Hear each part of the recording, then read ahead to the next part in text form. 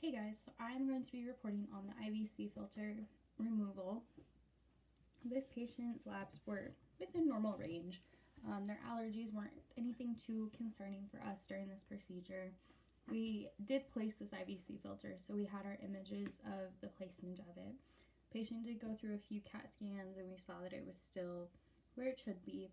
The reason this patient had this IVC filter placed was they were in an ATV accident, a rollover, I do believe, pretty earlier this year, and they did receive, kind of due to this, pulmonary embo, which a PE, which we did place the filter for.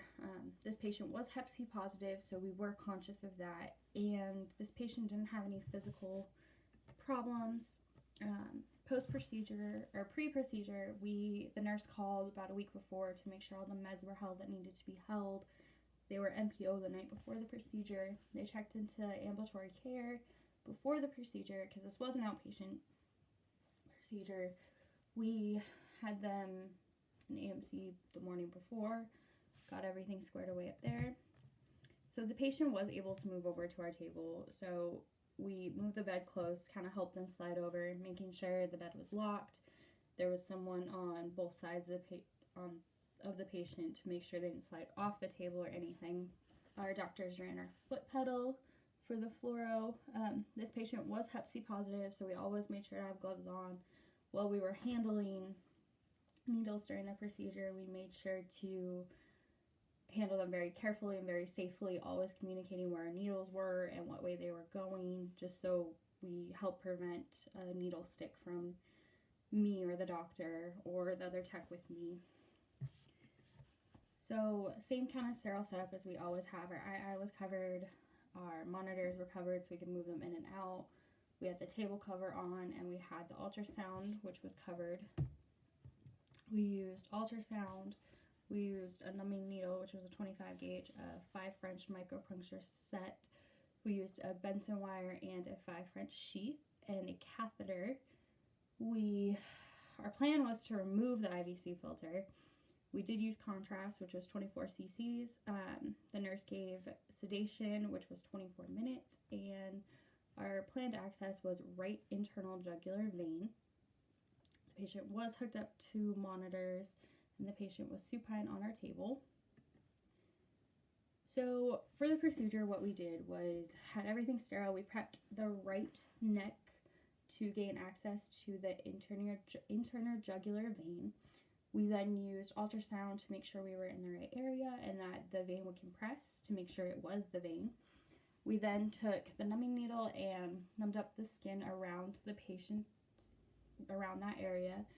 We helped with ultrasound to guide the micropuncture needle into the correct place. After we gained access, we used the micropuncture wire. Then we removed the needle, used the 5 French dilator that was in the micropuncture set to dilate up the access site. We then removed the internal dilator and the micropuncture wire, advanced a Benson down, removed the dilator, put the 5 French sheath on. After we got that sheath secured, we then took the Benson wire and made sure we went down into the IVC. We then took a catheter, put it over the wire, and did a venogram to make sure we were in the right area.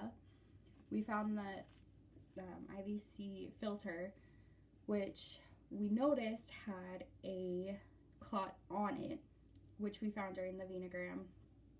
It was too big for us to remove the catheter safely or the filter safely. So if we were to remove it, we would have possibly dislodged that clot, causing more problems.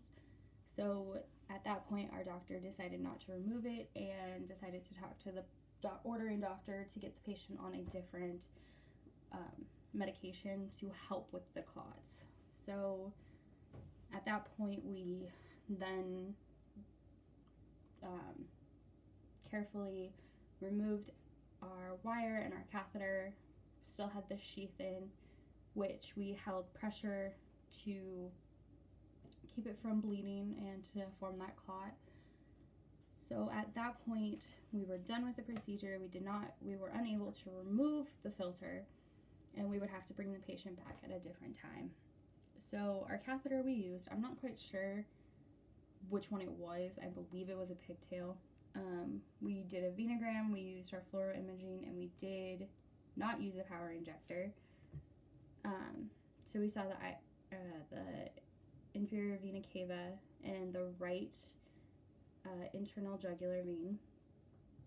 Like I said, it was unable to remove because of the thrombus within the filter. So this is an image of what the filters look like.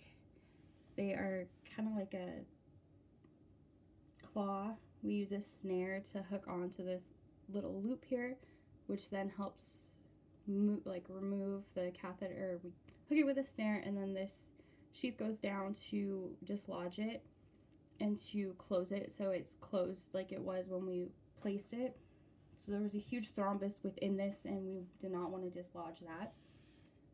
So same counter post-procedural, the patient was transferred up to ambulatory care where they would be monitored and had to lay not flat for 6 hours, but they did have to lay flat, and they really couldn't move their neck due to our puncture site just because we didn't want that to come open and start bleeding. There would be less of a chance since we were in a vein, not an artery, but we still did have them lay flat and not move their head for a while. And since they were coming out of sedation, we had our nurses up there monitor them, make sure there were no problems with their vital signs, and make sure they came out of it pretty okay. So that was the IVC filter that we attempted to remove, but we're unable to. So at some point we will see that patient back to try to remove it once their medication starts working a little better. So thanks, guys.